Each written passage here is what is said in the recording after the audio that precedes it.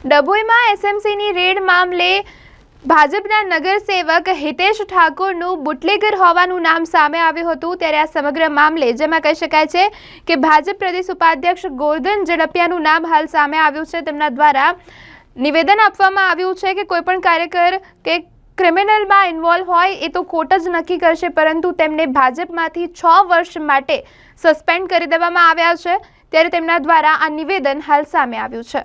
ડભોઈમાં એસએમસીની રેડમાં ભાજપના નગરસેવક હિતેશ ઠાકોરનું બુટલેગર નામ હોવાનું બહાર સામે આવ્યું। પોલીસ ચોપડે હિતેશ ઠાકોરને વોન્ટેડ પણ જારી કરી દેવામાં આવ્યા છે।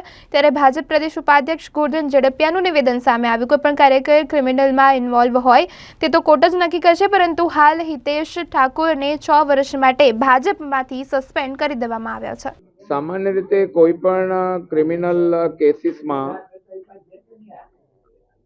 કાર્યકર્તા ઇન્વોલ્વ એ તો કોર્ટ નક્કી કરશે, પણ સામાન્ય રીતે એવો નિયમ છે કે જ્યારે પણ આક્ષેપ પણ એવો થયો હોય જે આધારિત હોય અને જેમાં ફરિયાદ થઈ હોય તો એ અમે કાર્યકર્તા હોય કે કોઈ પણ હોય એ પાર્ટીની શિસ્તના ભાગરૂપે આ પાર્ટીએ નિર્ણય લીધો છે।